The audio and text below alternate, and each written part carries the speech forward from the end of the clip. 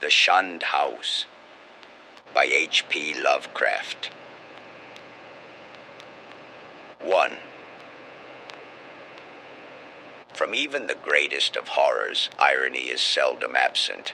Sometimes it enters directly into the composition of the events, while sometimes it relates only to their fortuitous position among persons and places. The latter sort is splendidly exemplified by a case in the ancient city of Providence, where in the late 40s, Edgar Allan Poe used to sojourn often during his unsuccessful wooing of the gifted poetess, Mrs. Whitman. Poe generally stopped at the mansion house in Benefit Street, the renamed Golden Ball Inn, whose roof has sheltered Washington, Jefferson, and Lafayette, and his favorite walk led northward along the same street to Mrs. Whitman's home, and the neighboring hillside churchyard of St. John's, whose hidden expanse of 18th century gravestones had for him a peculiar fascination. Now the irony is this: in this walk, so many times repeated, the world's greatest master of the terrible and the bizarre was obliged to pass a particular house on the eastern side of the street, a dingy, antiquated structure perched on the abruptly rising side hill, with a great unkempt yard dating from a time when the region was partly open country. It does not appear that he ever wrote or spoke of it, nor is there any evidence that he even noticed it. And yet that house, to the two persons in possession of certain information, equals or outranks in horror the wildest fantasy of the genius, who so often passed it unknowingly, and stands starkly leering as a symbol of all that is unutterably hideous. The house was, and for that matter still is, of a kind to attract the attention of the curious. Originally a farm or semi-farm building, it followed the average New England colonial lines of the middle 18th century, the prosperous, peaked roof sort with 2 stories and dormerless attic, and with the Georgian doorway and interior paneling dictated by the progress of taste at that time. It faced south with one gable end buried to the lower windows in the eastward rising hill, and the other exposed to the foundations toward the street.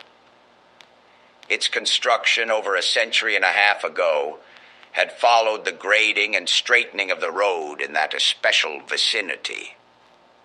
For Benefit Street, at first called Back Street, was laid out as a lane winding amongst the graveyards of the first settlers, and straightened only when the removal of the bodies to the North Burial Ground made it decently possible to cut through the old family plots. At the start, the western wall had lain some 20 feet up, a precipitous lawn from the roadway, but a widening of the street at about the time of the Revolution sheared off most of the intervening space, exposing the foundations so that a brick basement wall had to be made, giving the deep cellar a street frontage with door and 2 windows above ground, close to the new line of public travel. When the sidewalk was laid out a century ago, the last of the intervening space was removed, and Poe in his walks must have seen only a sheer ascent of dull gray brick flush with the sidewalk, and surmounted at a height of 10 feet by the antique shingled bulk of the house proper. The farm-like grounds extended back very deeply up the hill, almost to Wheaton Street. The space south of the house, abutting on Benefit Street, was, of course, greatly above the existing sidewalk level, forming a terrace bounded by a high bank wall of damp, mossy stone, pierced by a steep flight of narrow steps which led inward between canyon-like surfaces to the upper region of mangy lawn, roomy brick walls, and neglected gardens, whose dismantled cement urns, rusted kettles fallen from tripods of knotty sticks, and similar paraphernalia set off the weather-beaten front door with its broken fan light, rotting ionic pilasters, and wormy triangular pediment. What I heard in my youth about the Shunned House was merely that people died there in alarmingly great numbers. That, I was told, was why the original owners had moved out some 20 years after building the place. It was plainly unhealthy, perhaps because of the dampness and fungus growth in the cellar, the general sickish smell, the drafts of the hallways, or the quality of the well and pump water. These things were bad enough, and these were all that gained belief among the persons whom I knew. Only the notebooks of my antiquarian uncle, Dr. Elihu Whipple, revealed to me at length the darker, vaguer surmises which formed an undercurrent of folklore among old-time servants and humble folk. Surmises which never traveled far, and which were largely forgotten when Providence grew to be a metropolis with a shifting modern population. The general fact is that the house was never regarded by the solid part of the community as in any real sense haunted. There were no widespread tales of rattling chains, cold currents of air, extinguished lights, or faces at the window. Extremists sometimes said the house was unlucky, but that is as far as even they went. What was really beyond dispute is that a frightful proportion of persons died there, or more accurately, had died there, since after some peculiar happenings over 60 years ago, the building had become deserted through the sheer impossibility of renting it. These persons were not all cut off suddenly by any one cause. Rather did it seem that their vitality was insidiously sapped, so that each one died the sooner from whatever tendency to weakness he may have naturally had. And those who did not die displayed in varying degree a type of anemia or consumption, and sometimes a decline of the mental faculties which spoke ill for the salubriousness of the building. Neighboring houses, it must be added, seemed entirely free from the noxious quality. This much I knew before my insistent questioning led my uncle to show me the notes which finally embarked us both on our hideous investigation. In my childhood, the Shunned House was vacant, with barren, gnarled, and terrible old trees, long, queerly pale grass, and nightmarishly misshapen weeds in the high-terraced yard where birds never lingered. We boys used to overrun the place, and I can still recall my youthful terror not only at the morbid strangeness of the sinister vegetation, but at the eldritch atmosphere and odor of the dilapidated house, whose unlocked front door was often entered in quest of shutters. The small paned windows were largely broken, and a nameless air of desolation hung round the precarious paneling, shaky interior shutters, peeling wallpaper, falling plaster, rickety staircases, and such fragments of battered furniture as still remained. The dusts and cobwebs added their touch of the fearful, and brave indeed was the boy who would voluntarily ascend the ladder to the attic, a vast, raftered length, lighted only by small blinking windows in the gable ends, and filled with a massed wreckage of chests, chairs, and spinning wheels, which infinite years of deposit had shrouded and festooned into monstrous and hellish shapes. But after all, the attic was not the most terrible part of the house. It was the dank, humid cellar which somehow exerted the strongest repulsion on us, even though it was wholly above ground on the street side, with only a thin door and window-pierced brick wall to separate it from the busy sidewalk. We scarcely knew whether to haunt it in spectral fascination or to shun it for the sake of our souls and our sanity. For one thing, the bad odor of the house was strongest there, And for another thing, we did not like the white fungus growths, which occasionally sprang up in rainy summer weather from the hard earth floor.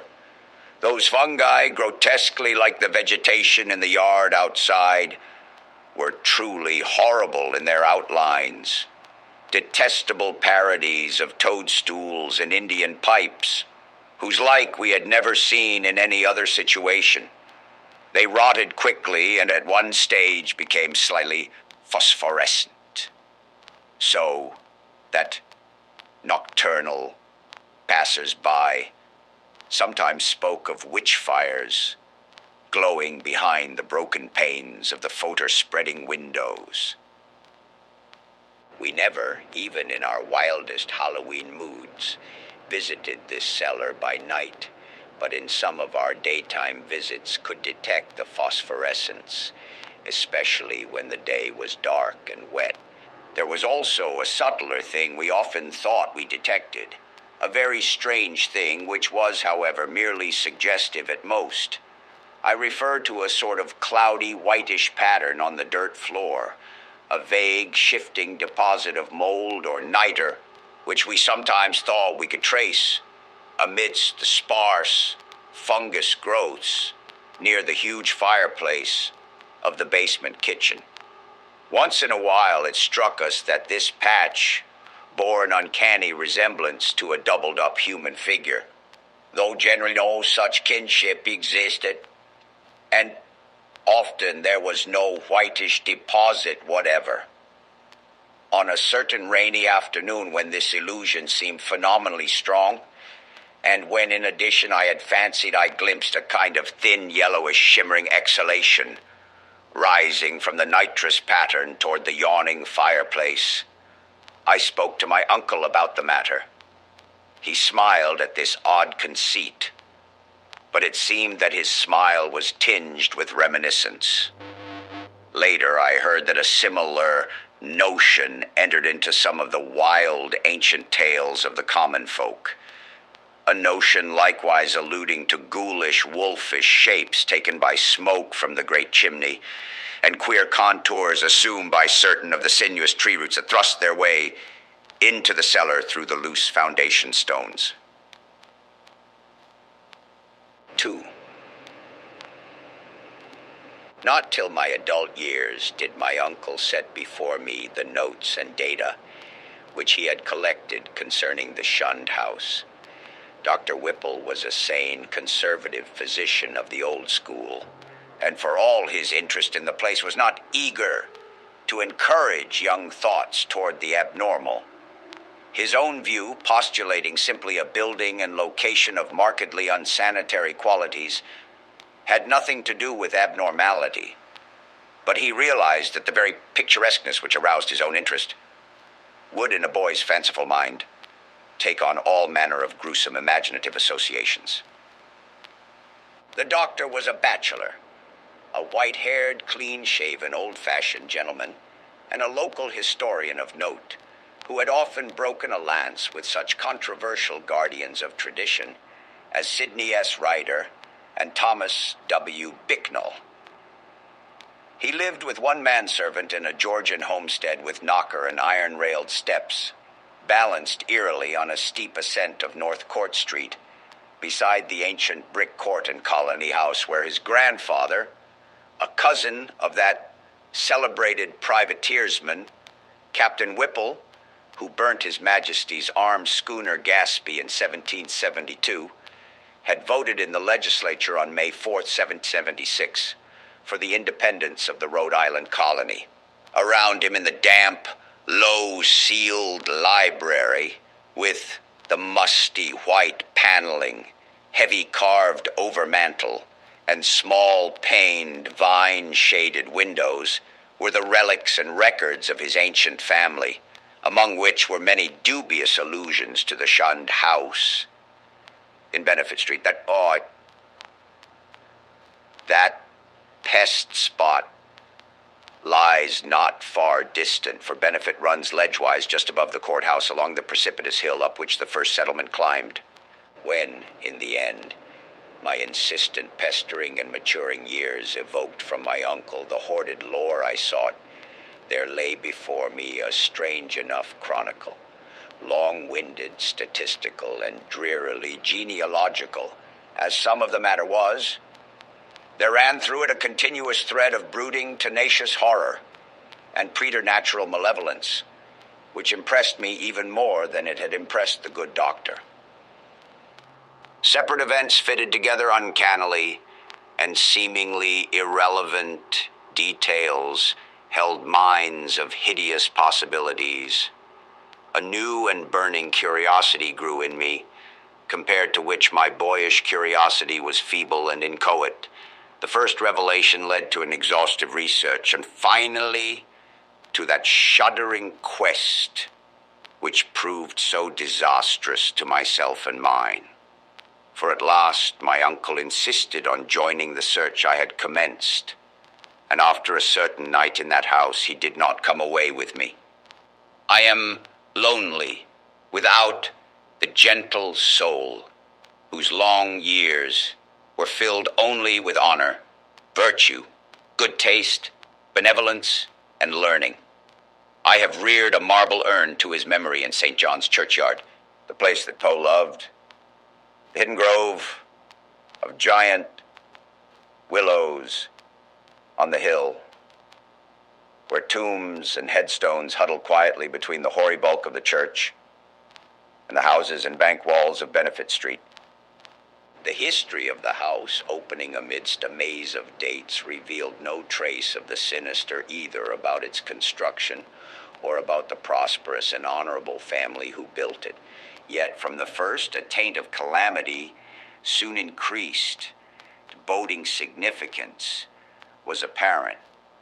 My uncle's carefully compiled record began with the building of the structure in 1763 and followed the theme with an unusual amount of detail. The Shunned House, it seems, was first inhabited by William Harris and his wife, Roby Dexter, with their children, Elkanah, born in 1755, Abigail, born in 1757, William Jr., born in 1759, and Ruth, born in 1761. Harris was a substantial merchant and seaman in the West India trade, connected with the firm of Obadiah Brown and his nephews. After Brown's death in 1761, the new firm of Nicholas Brown & Co. made him master of the brig Prudence, Providence built, of 120 tons, thus enabling him to erect the new homestead he had desired ever since his marriage. The site he had chosen, a recently straightened part of the new and fashionable back street, which ran along the side of the hill above crowded Cheapside, was all that could be wished, and the building did justice to the location. It was the best that moderate means could afford, and Harris hastened to move in before the birth of a fifth child, which the family expected. That child, a boy, came in December, but was stillborn, nor was any child to be born alive in that house for a century and a half. The next April sickness occurred among the children, and Abigail and Ruth died before the month was over. Dr. Job Ives diagnosed the trouble as some infantile fever, though others declared it was more of a mere wasting away or decline. It seemed, in any event, to be contagious, for Hannah Bowen, one of the two servants, died of it in the following June. Eli Littison, the other servant, constantly complained of weakness and would have returned to his father's farm in Rehoboth, but for a sudden attachment from Ahithophel Pierce, who was hired to succeed Hannah. He died the next year, a sad year indeed, since it marked the death of William Harris himself, enfeebled as he was by the climate of Martinique, where his occupation had kept him for considerable periods during the preceding decade. The widowed Roby Harris never recovered from the shock of her husband's death, and the passing of her firstborn Elkanah 2 years later was the final blow to her reason, In 1768, she fell victim to a mild form of insanity after confined to the upper part of the house. Her elder maiden sister, Mercy Dexter, having moved in to take charge of the family. Mercy was a plain, raw-boned woman of great strength, but her health visibly declined from the time of her advent. She was greatly devoted to her unfortunate sister and had an especial affection for her only surviving nephew, William, who from a sturdy infant had become a sickly, spindling lad. In this year, the servant Mehitabel died, and the other servant, Preserve Smith, left without coherent explanation. Or at least, with only some wild tales and a complaint that he disliked the smell of the place. For a time, Mercy could secure no more help, since the 7 deaths in case of madness, all occurring within 5 years' space, had begun to set in motion the body of fireside rumor which later became so bizarre. Ultimately, however, she obtained new servants from out of town. Anne White, a morose woman from that part of North Kingstown, now set off as the township of Exeter, and a capable Boston man named Zenas Lowe. It was Anne White who first gave definite shape to the sinister idle talk. Mercy should have known better than to hire anyone from the Nooseneck Hill country, for that remote bit of backwoods was then, as now, a seat of the most uncomfortable superstitions. As lately as 1892, an Exeter community exhumed a dead body and ceremoniously burnt its heart in order to prevent certain alleged visitations injurious to the public health and peace. And one may imagine the point of view of the same section in 1768. Anne's tongue was perniciously active, and within a few months Mercy discharged her, filling her place with a faithful and amiable Amazon from Newport, Maria Robbins. Meanwhile, poor Roby Harris, in her madness, gave voice to dreams and imaginings of the most hideous sort. At times, her screams became insupportable, and for long periods she would utter shrieking horrors which necessitated her son's temporary residence with his cousin, Peleg Harris, in Presbyterian Lane, near the new college building. The boy would seem to improve after these visits, and had Mercy been as wise as she was well-meaning, she would have let him live permanently with Peleg. Just what Mrs. Harris cried out in her fits of violence, tradition hesitates to say, or rather, presents such extravagant accounts that they nullify themselves through sheer absurdity. Certainly, it sounds absurd to hear that a woman educated only in the rudiments of French often shouted for hours in a coarse and idiomatic form of that language, or that the same person alone and guarded complained wildly of a staring thing which bit and chewed at her. In 1772, the servant Zenas died, and when Mrs. Harris heard of it, she laughed with a shocking delight, utterly foreign to her. The next year, she herself died, and was laid to rest in the North Burial Ground beside her husband. Upon the outbreak of trouble with Great Britain in 1775, William Harris, despite his scant 16 years and feeble constitution, managed to enlist in the Army of Observation under General Greene, and from that time on enjoyed a steady rise in health and prestige. In 1780, as a captain in Rhode Island forces in New Jersey under Colonel Angel, he met and married Phoebe Hetfield of Elizabethtown, whom he brought to Providence upon his honorable discharge in the following year. The young soldier's return was not a thing of unmitigated happiness. The house, it is true, was still in good condition, and the street had been widened and changed in name from Back Street to Benefit Street. But Mercy Dexter's once robust frame had undergone a sad and curious decay, so that she was now a stooped and pathetic figure with hollow voice and disconcerting pallor, qualities shared to a singular degree by the one remaining servant.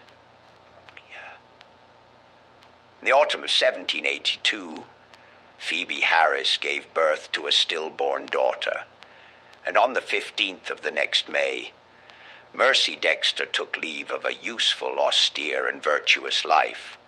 William Harris, at last thoroughly convinced of the radically unhealthful nature of his abode, now took steps toward quitting it and closing it forever, securing temporary quarters for himself and his wife at the newly opened Golden Ball Inn. He arranged for the building of a new and finer house in Westminster Street, in the growing part of the town across the Great Bridge. There, in 1785, his son Dutee was born, and there the family dwelt till the encroachments of commerce drove them back across the river and over the hill to Angel Street, in the newer East Side residence district, where the late Archer Harris built his sumptuous but hideous French roof mansion in 1876. William and Phoebe both succumbed to the yellow fever epidemic of 1797, but Dutee was brought up by his cousin, Rathbone Harris, Peleg's son. Rathbone was a practical man and rented the Benefit Street house despite William's wish to keep it vacant. He considered it an obligation to his ward to make the most of all the boy's property, nor did he concern himself with the deaths and illnesses which caused so many changes of tenants, or the steadily growing aversion with which the house was generally regarded. It is likely that he felt only vexation when in 1804 the town council ordered him to fumigate the place with sulfur, tar, and gum camphor on account of the much-discussed deaths of 4 persons, presumably caused by the then diminishing fever epidemic. They said the place had a febrile smell. Dutee himself thought little of the house, for he grew up to be a privateersman and served with distinction on the vigil and under-capped Cahoon in the War of 1812. He returned unharmed, married in 1814, and became a father on that memorable night of September 23rd, 1815, when a great gale drove the waters of the bay over half the town and floated a tall sloop well up Westminster Street, so that its masts almost tapped the Harris windows, in symbolic affirmation that the new boy, Welcome, was a seaman's son. Welcome did not survive his father, but lived to perish gloriously at Fredericksburg in 1862. Neither he nor his son Archer knew of the Shunned House as other than a nuisance almost impossible to rent, perhaps on account of the mischievous and sickly odor of unkempt old age.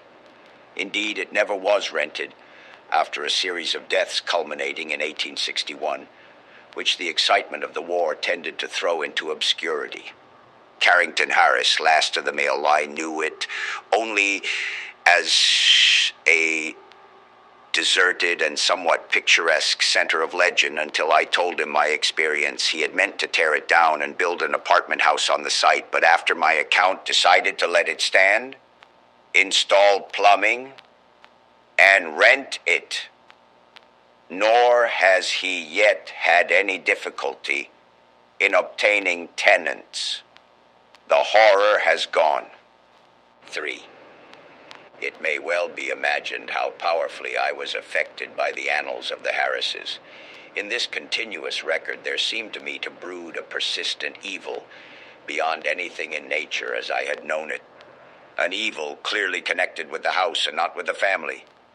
This impression was confirmed by my uncle's less systematic array of miscellaneous data.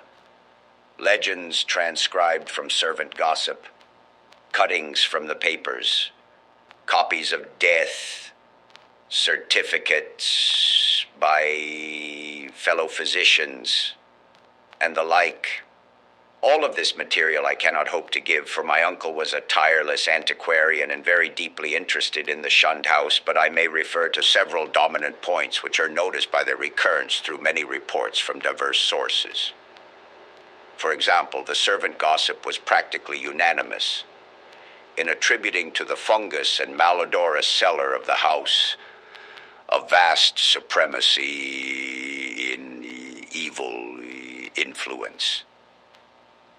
There had been servants, Anne White especially, who would not use the cellar kitchen, and at least 3 well-defined legends bore upon the queer quasi-human or diabolic outlines assumed by tree roots and patches of mold in that region.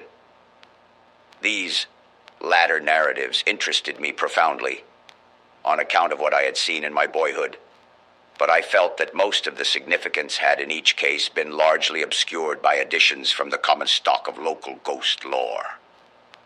Anne White, with her Exeter superstition, had promulgated the most extravagant and at the same time most consistent tale, alleging that there must lie buried beneath the house one of those vampires, the dead who retain their bodily form and live on the blood or breath of the living, whose hideous legions send their preying shapes or spirits abroad by night.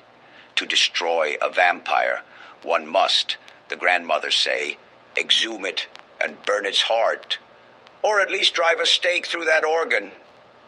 And Anne's dogged insistence on a search under the cellar had been prominent in bringing about her discharge.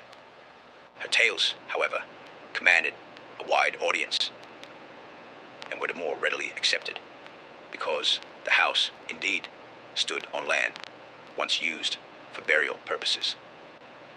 To me, their interest depended less on the circumstance than on the peculiarly appropriate way in which they dovetailed with certain other things. The complaint of the departing servant, Preserve Smith, who had preceded Anne and never heard of her, that something sucked his breath at night, the death certificates of fever victims of 1804, issued by Dr. Chad Hopkins, and showing the 4 deceased persons, all unaccountably lacking in blood, and the obscure passages of poor Roby Harris's ravings, where she complained of the sharp teeth of a glassy-eyed, half-visible presence. Free from unwarranted superstition though I am, these things produced in me an odd sensation, which was intensified by a pair of widely separated newspaper cuttings relating to deaths in the Shunned House, one from the Providence Gazette and Country Journal of April 12, 1815, and the other from the Daily Transcript and Chronicle of October 27, 1845, each of which detailed an appallingly grisly circumstance whose duplication was remarkable. It seems that in both instances, the dying person in 1815, a gentle old lady named Stafford, and in 1845, a school teacher of middle age named Eliezer Durfee, became transfigured in a horrible way, glaring glassily and attempting to bite the throat of the attending physician. Even more puzzling, though, was the final case which put an end to the renting of the house, a series of anemia deaths preceded by progressive madnesses, wherein the patient would craftily attempt the lives of his relatives by incisions in the neck or wrist. This was in 1860 and 1861, when my uncle had just begun his medical practice, and before leaving for the front he heard much of it from his elder professional colleagues. The really inexplicable thing was the way in which the victims, ignorant people, for the ill-smelling and widely shunned house could now be rented to no others, would babble maledictions in French, a language they could not possibly have studied to any extent. It made one think of poor Roby Harris nearly a century before, and so moved my uncle that he commenced collecting historical data on the house after listening, sometime subsequent to his return from the war, to the first-hand account of Doctors Chase and Whitmarsh.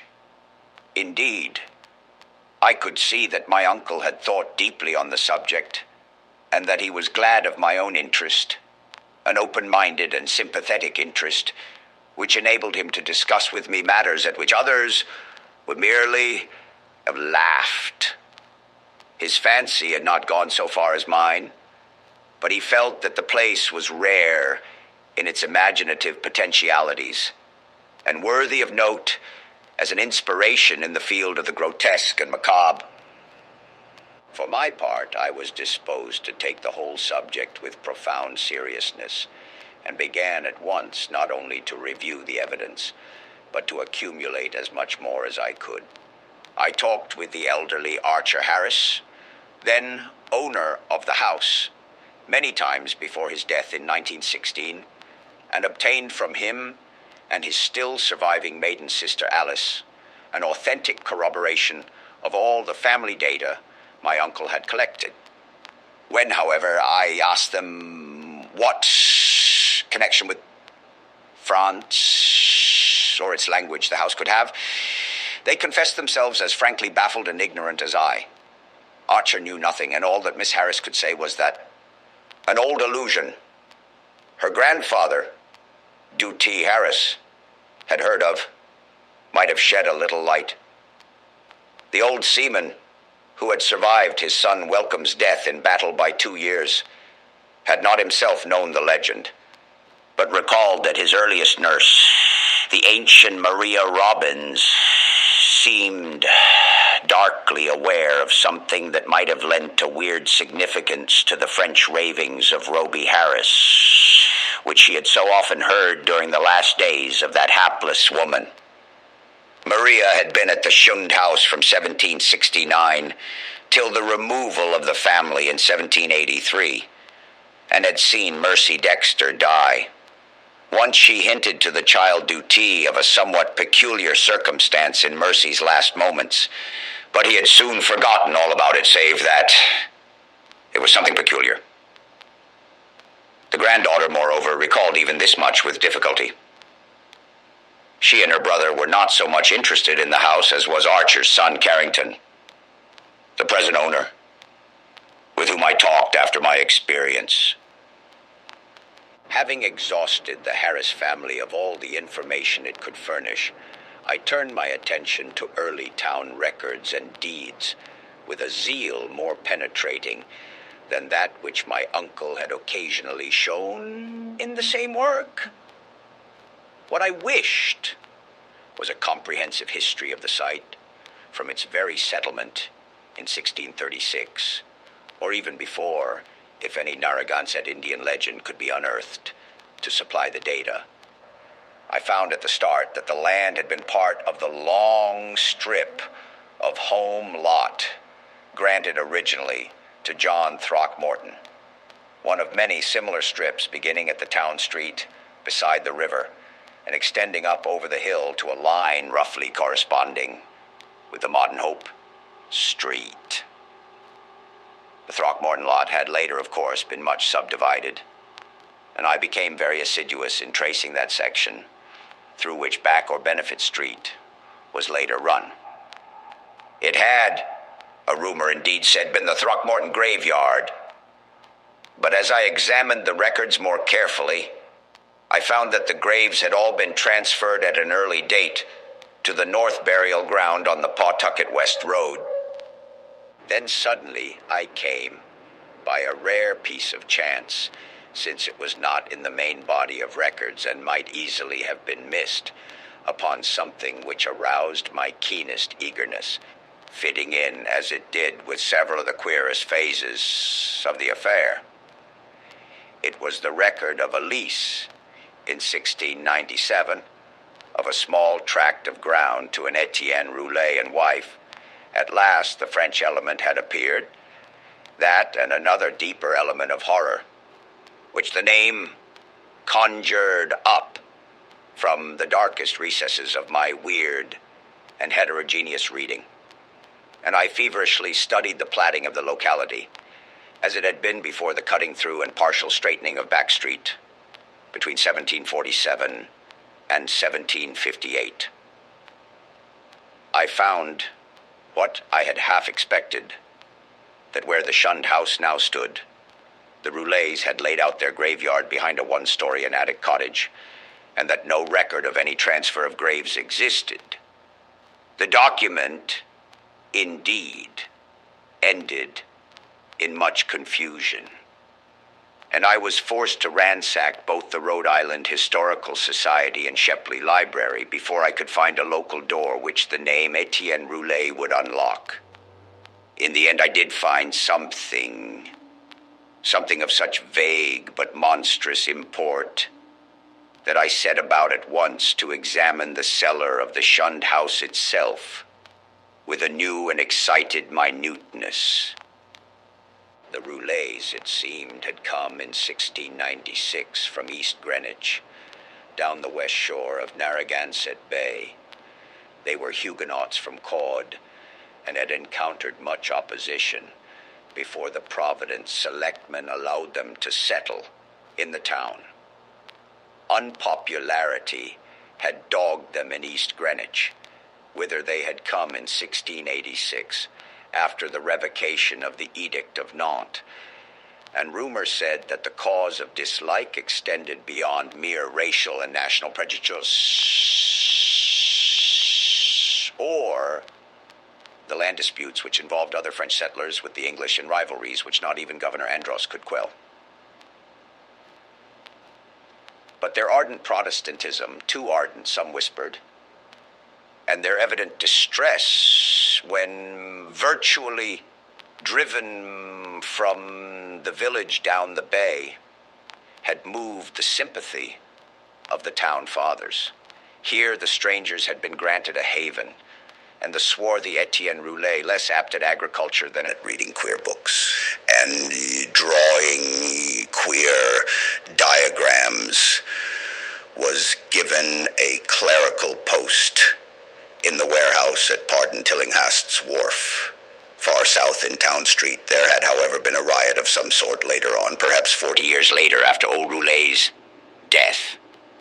And no one seemed to hear of the family after that. For a century and more, it appeared, the Roulet had been well remembered and frequently discussed as vivid incidents in the quiet life of a New England seaport. Etienne's son, Paul, a surly fellow whose erratic conduct had probably provoked the riot, which wiped out the family, was particularly a source of speculation. And though Providence never shared the witchcraft panics of her Puritan neighbors, it was freely intimated by old wives that his prayers were neither uttered at the proper time nor directed toward the proper object. All this had undoubtedly formed the basis of the legend known by old Maria Robbins. What relation it had to the French ravings of Roby Harris and other inhabitants of the Shunned House, imagination or future discovery alone could determine.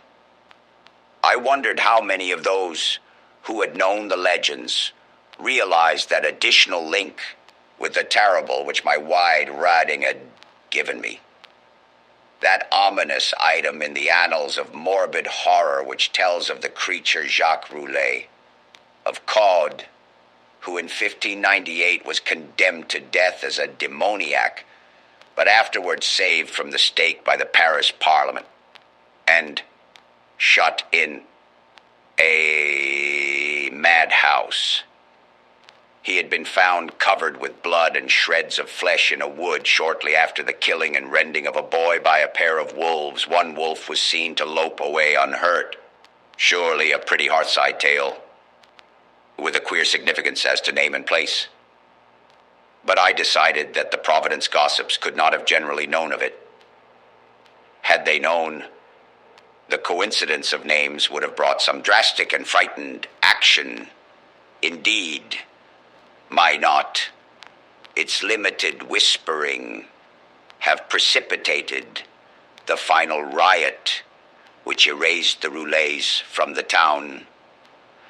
I now visited the accursed place with increased frequency, studying the unwholesome vegetation of the garden, examining all the walls of the building, and poring over every inch of the earthen cellar floor. Finally, with Carrington Harris's permission, I fitted a key to the disused door opening from the cellar directly upon Benefit Street, preferring to have a more immediate access to the outside world than the dark stairs, ground floor hall, and front door could give. There, where morbidity lurked most thickly, I searched and poked during long afternoons when the sunlight filtered in through the cobwebbed above-ground windows, and a sense of security glowed from the unlocked door, which placed me only a few feet from the placid sidewalk outside. Nothing new rewarded my efforts, only the same depressing mustiness and faint suggestions of noxious odors and nitrous outlines on the floor. And I fancy that many pedestrians must have watched me curiously through the broken panes. At length, upon a suggestion of my uncle's, I decided to try the spot nocturnally, and one stormy midnight ran the beams of an electric torch over the moldy floor, with its uncanny shapes and distorted, half-phosphorescent fungi. The place had dispirited me curiously that evening, and I was almost prepared when I saw, or thought I saw, amidst the whitish deposits, a particularly sharp definition of the huddled form I had suspected from boyhood. Its clearness was astonishing and unprecedented, and as I watched, I seemed to see again the thin, yellowish, shimmering exhalation which had startled me on that rainy afternoon so many years before. Above the anthropomorphic patch of mold by the fireplace it rose, a subtle, sickish, almost luminous vapor which, as it hung trembling in the dampness, seemed to develop vague and shocking suggestions of form, gradually trailing off into nebulous decay and passing up into the blackness of the great chimney with a feeder in its wake. It was truly horrible, and the more so to me because of what I knew of the spot. Refusing to flee, I watched it fade. And as I watched, I felt that it was in turn watching me greedily with eyes more imaginable than visible. When I told my uncle about it, he was greatly aroused, and after a tense hour of reflection, arrived at a definite, drastic decision. Weighing in his mind the importance of the matter and the significance of our relation to it, he insisted that we both test, and if possible destroy, the horror of the house by a joint night or nights of aggressive vigil in that musty and fungus-cursed cellar. 4. On Wednesday, June 25th, 1919, after a proper notification of Carrington Harris, which did not include surmises as to what we expected to find, my uncle and I conveyed to the Shunned House 2 camp chairs and a folding camp cot, together with some scientific mechanism of greater weight and intricacy. These we placed in the cellar during the day, screening the windows with paper and planning to return in the evening for our first vigil. We'd locked the door from the cellar to the ground floor, and having a key to the outside cellar door, we were prepared to leave our expensive and delicate apparatus, which we had obtained secretly and at great cost, as many days as our vigils might need to be protracted. It was our design to sit up together till very late, and then watch singly till dawn in 2-hour stretches. Myself first, and then my companion, the inactive member, resting on the cot. The natural leadership with which my uncle procured the instruments from the laboratories of Brown University and the Cranston Street Armory, and instinctively assumed direction of our venture, was a marvelous commentary on the potential vitality and resilience of a man of 81. Elihu Whipple had lived according to the hygienic laws he had preached as a physician, and but for what happened later, would be here in full vigor today. Only 2 persons suspect what did happen. Carrington Harris and myself. I had to tell Harris because he owned the house and deserved to know what had gone out of it. Then, too, we had spoken to him in advance of our quest, and I felt, after my uncle's going, that he would understand and assist me in some vitally necessary public explanations. He turned very pale, but agreed to help me and decided that it would now be safe to rent the house. To declare that we were not nervous on that rainy night of watching would be an exaggeration, both gross and ridiculous. We were not, as I have said, in any sense childishly superstitious, but scientific study and reflection had taught us that the known universe of 3 dimensions embraces the merest fraction of the whole cosmos of substance and energy.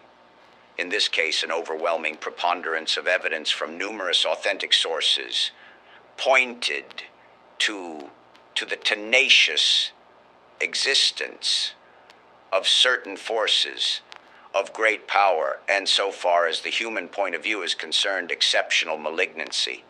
To say that we actually believed in vampires or werewolves would be a carelessly inclusive statement. Rather, must it be said that we were not prepared to deny the possibility of certain unfamiliar and unclassified modifications of vital force and attenuated matter, existing very infrequently in 3-dimensional space because of its more intimate connection with other spatial units, yet close enough to the boundary of our own to furnish us occasional manifestations which we, for lack of a proper vantage point, may never hope to understand. In short, it seemed to my uncle and me that an incontrovertible array of facts pointed to some lingering influence in the Shunned House, traceable to one or another of the ill-favored French settlers of 2 centuries before, and still operative through rare and unknown laws of atomic and electronic motion. That the family of Roulet had possessed an abnormal affinity for outer circles of entity, dark spheres which, for normal folk, hold only repulsion and terror. Their recorded history seemed to prove.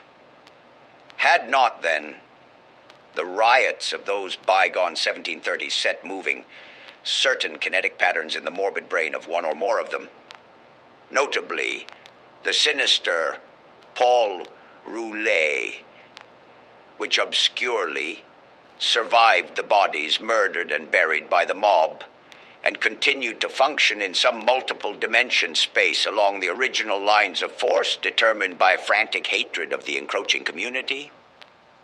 Such a thing was surely not a physical or biochemical impossibility in the light of a newer science which includes the theories of relativity and intra-atomic action. One might easily imagine an alien nucleus of substance or energy, formless or otherwise, kept alive by imperceptible or immaterial subtractions from the life force or bodily tissues and fluids of other and more palpably living things into which it penetrates, and with whose fabric it sometimes completely merges itself.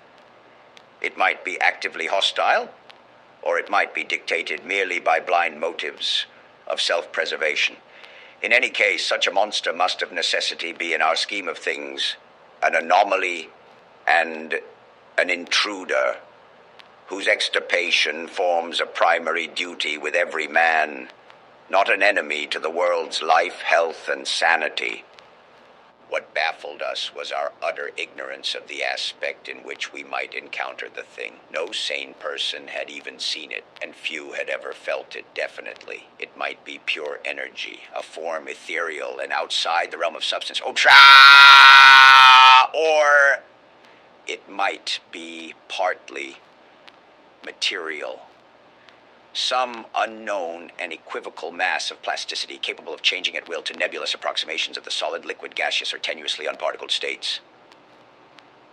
The anthropomorphic patch of mold on the floor, the form of the yellowish vapor, and the curvature of the tree roots in some of the old tales, all argued at least a remote and reminiscent connection with the human shape. But how representative or permanent that similarity might be, none could say with any kind of certainty.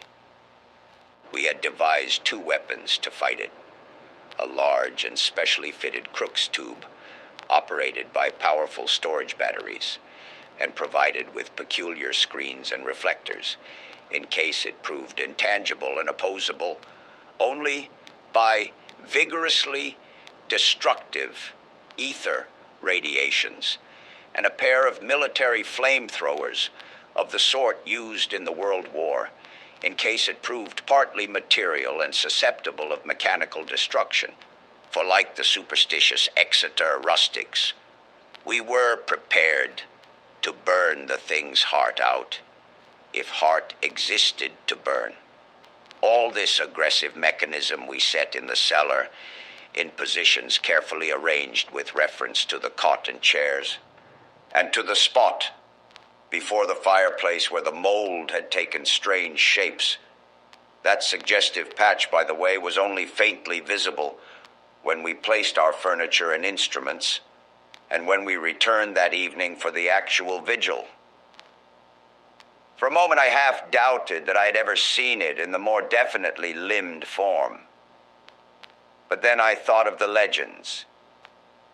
Our cellar vigil began at 10 p.m., daylight saving time, and as it continued, we found no promise of pertinent developments.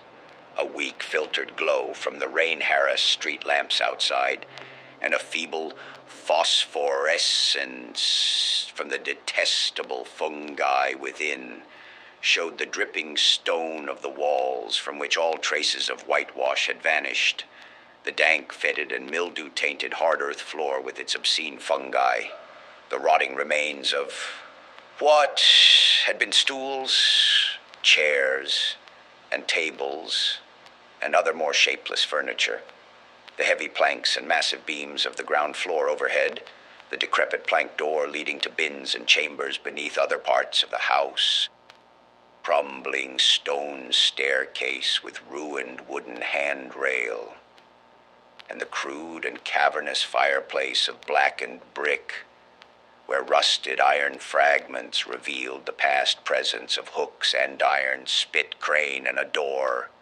To the Dutch oven, these things, and our austere cot and camp chairs, and the heavy and intricate destructive machinery we had brought. We had, as in my own former explorations, left the door to the street unlocked, so that a direct and practical path of escape might lie open in case of manifestations beyond our power to deal with. It was our idea that our continued nocturnal presence would call forth whatever malign entity lurked there, and that being prepared, we could dispose of the thing with one or the other of our provided means as soon as we had recognized and observed it sufficiently. How long it might require to evoke and extinguish the thing, we had no notion. It occurred to us, too, that our venture was far from safe, for in what strength the thing might appear no one could tell. But we deemed the game worth the hazard, and embarked on it alone and unhesitatingly, conscious that the seeking of outside aid would only expose us to ridicule and perhaps defeat our entire purpose. Such was our frame of mind as we talked far into the night, till my uncle's growing drowsiness made me remind him to lie down for his 2-hour sleep. Something like fear chilled me as I sat there in the small hours alone. I say alone, for one who sits by a sleeper is indeed alone, perhaps more alone than he can realize. My uncle breathed heavily, his deep inhalations, exhalations, accompanied by the rain outside, and punctuated by another nerve-wracking sound of distant dripping water within. For the house was repulsively damp, even in dry weather, and in this storm positively swamp-like. I studied the loose antique masonry of the walls in the fungus light, and the feeble rays which stole in from the street through the screened windows. And once, when the noisome atmosphere of the place seemed about to sicken me, I opened the door and looked up and down the street, feasting my eyes on familiar sights and my nostrils on the wholesome air. Still nothing occurred to reward my watching, and I yawned repeatedly, fatigue getting the better of apprehension. Then the stirring of my uncle in his sleep attracted my notice. He had turned restlessly on the cot several times during the latter half of the first hour, but now he was breathing with unusual irregularity, occasionally heaving a sigh, which held more than a few of the qualities of a choking moan. I turned my electric flashlight on him and found his face averted, so rising and crossing to the other side of the cot, I again flashed the light to see if he seemed in any pain. What I saw unnerved me most surprisingly, considering its relative triviality. It must have been merely the association of any odd circumstance with the sinister nature of our location and mission.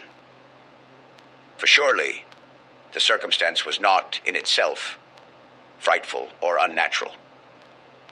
It was merely that my uncle's facial expression, disturbed no doubt by the strange dreams which our situation prompted, betrayed considerable agitation. It seemed not at all characteristic of him. His habitual expression was one of kindly and well-bred calm, whereas now a variety of emotions seemed struggling within him. I think, on the whole, that it was this variety which chiefly disturbed me. My uncle, as he gasped and tossed in increasing perturbation, and with eyes that had now started open, seemed not one but many men, and suggested a curious quality of alienage from himself. All at once he commenced to mutter, and I did not like the look of his mouth and teeth as he spoke. The words were at first indistinguishable, and then, with a tremendous start, I recognized something about them which filled me with icy fear, till I recalled the breadth of my uncle's education and the interminable translations he had made from anthropological and antiquarian articles in the Revue des Deux Mondes. For the venerable Elihu Whipple was muttering in French, and the few phrases I could distinguish seemed connected with the darkest myths he had ever adapted from the famous Paris magazine. Suddenly a perspiration broke out on the sleeper's forehead, and he leaped abruptly up, half awake. The jumble of French changed to a cry in English, and the hoarse voice shouted excitedly, "My breath, my breath." Then the awakening became complete, and with a subsidence of facial expression to the normal state, my uncle seized my hand and began to relate a dream whose nucleus of significance I could only surmise with a kind of awe. He had, he said, floated off from a very ordinary series of dream pictures into a scene whose strangeness was related to nothing he had ever read. It was of this world, and yet not of it, a shadowy, geometrical confusion in which could be seen elements of familiar things in most unfamiliar and perturbing combinations. There was a suggestion of queerly disordered pictures, superimposed one upon another, an arrangement in which the essentials of time, as well as of space, seemed dissolved and mixed in the most illogical fashion. In this kaleidoscopic vortex of phantasmal images were occasional snapshots, if one might use the term, of singular clearness, but unaccountable heterogeneity. Once my uncle thought he lay in a carelessly dug open pit, with a crowd of angry faces framed by straggling locks and three-cornered hats frowning down on him. Again, he seemed to be in the interior of a house. An old house, apparently, but the details and inhabitants were constantly changing, and he could never be certain of the faces or the furniture, or even of the room itself, since doors and windows seemed in just as great a state of flux as the more presumably mobile objects. It was queer. Damnably queer. And my uncle spoke almost sheepishly, as if half expecting not to be believed, when he declared that of the strange faces, many had unmistakably borne the features of the Harris family.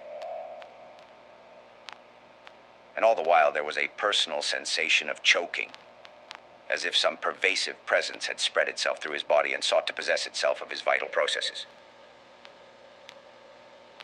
I shuddered at the thought of those vital processes, worn as they were by 81 years of continuous functioning, in conflict with unknown forces of which the youngest and strongest system might well be afraid. But in another moment, reflected that dreams are only dreams, and that these uncomfortable visions could be at most no more than my uncle's reaction to the investigations and expectations which had lately filled our minds to the exclusion of all else. Conversation also soon tended to dispel my sense of strangeness, and in time I yielded to my yawns and took my turn at slumber. My uncle seemed now very wakeful, and welcomed his period of watching, even though the nightmare had aroused him far ahead of his allotted 2 hours. Sleep seized me quickly, and I was at once haunted with dreams of the most disturbing kind. I felt in my visions a cosmic and abysmal loneness, with hostility surging from all sides upon some prison where I lay confined. I seemed bound and gagged and taunted by the echoing yells of distant multitudes who thirsted for my blood. My uncle's face came to me with less pleasant associations than in waking hours, and I recall many futile struggles and attempts to scream. It was not a pleasant sleep, and for a second I was not sorry for the echoing shriek which clove through the barriers of dream and flung me to a sharp and startled awakeness in which every actual object before my eyes stood out with more than natural clearness and reality. 5. I had been lying with my face away from my uncle's chair, so that in this sudden flash of awakening, I saw only the door to the street, the more northerly window, and the wall and floor and ceiling toward the north of the room, all photographed with morbid vividness on my brain, in a light brighter than the glow of the fungi or the rays from the street outside.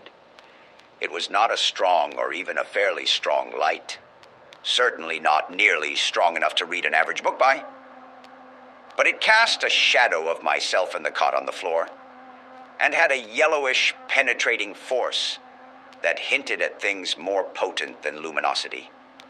This I perceived with unhealthy sharpness, despite the fact that 2 of my other senses were violently assailed. For on my ears rang the reverberations of that shocking scream, while my nostrils revolted at the stench which filled the place. My mind, as alert as my senses, recognized the gravely unusual, and almost automatically I leaped up and turned about to grasp the destructive instruments which we had left trained on the moldy spot before the fireplace. As I turned, I dreaded what I was to see, for the scream had been in my uncle's voice, and I knew not against what menace I should have to defend him and myself. Yet after all, the sight was worse than I had dreaded. There are horrors beyond horrors, and this was one of those nuclei of all dreamable hideousness which the cosmos saves to blast an accursed and unhappy few. Out of the fungus-ridden earth steamed up a vaporous corpse light, yellow and diseased, which bubbled and lapped to a gigantic height in vague outlines, half human and half monstrous, through which I could see the chimney and fireplace beyond. It was all eyes, wolfish and mocking, and the rugose insect-like head dissolved at the top to a thin stream of mist which curled putridly about and finally vanished up the chimney.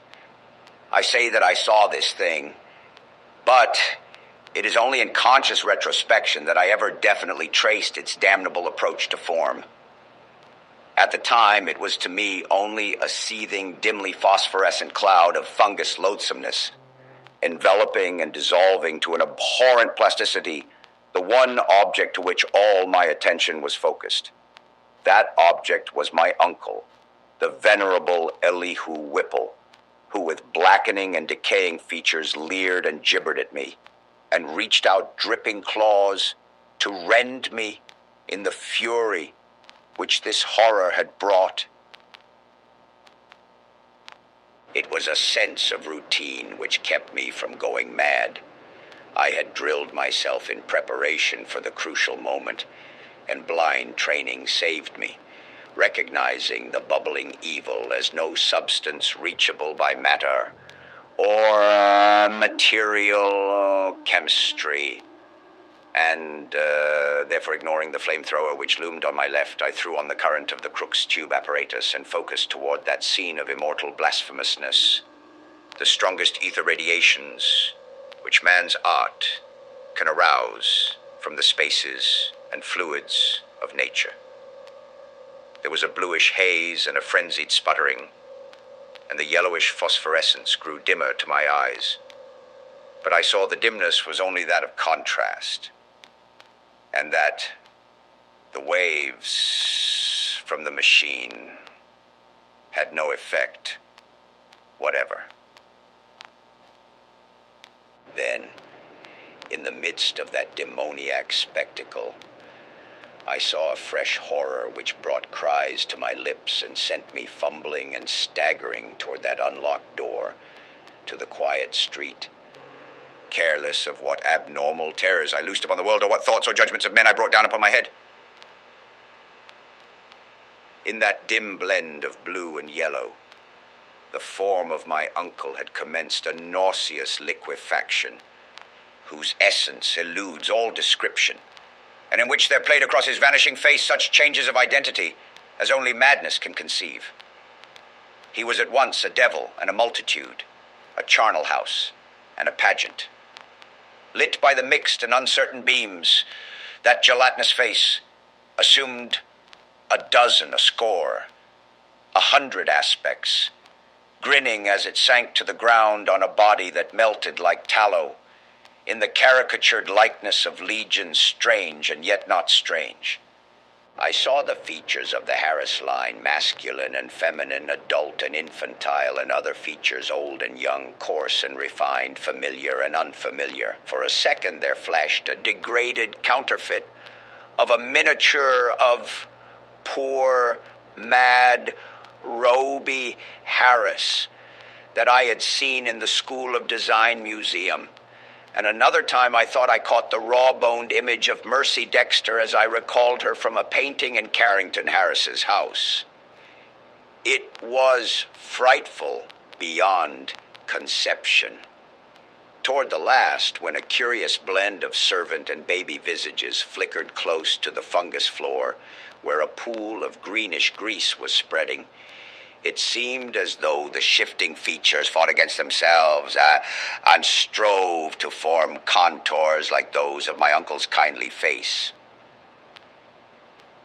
I like to think that he existed at that moment, and that he tried to bid me farewell. It seems to me I echoed a farewell from my own parched throat as I lurched out into the street, a thin stream of grease following me through the door to the rain-drenched sidewalk. The rest is shadowy and monstrous. There was no one in the soaking street, and in all the world there was no one I dared tell. I walked aimlessly south past College Hill and the Athenaeum, down Hopkins Street and over the bridge to the business section where tall buildings seemed to guard me as modern material things guard the world from ancient and unwholesome wonder. Then gray dawn unfolded wetly from the east, silhouetting the archaic hill and its venerable steeples, and beckoning me to the place where my terrible work was still unfinished. And in the end I went, wet, hatless, and dazed in the morning light, and entered that awful door in Benefit Street, which I had left ajar, and which still swung cryptically in full sight of the early householders to whom I dared not speak. The grease was gone, for the moldy floor was porous, and in front of the fireplace was no vestige of the giant doubled-up form in nitre. I looked at the cot, the chairs, the instruments, my neglected hat, and the yellowed straw hat of my uncle. Dazedness was uppermost, and I could scarcely recall what was dream and what was reality. Then thought trickled back, and I knew that I had witnessed things more horrible than I had dreamed.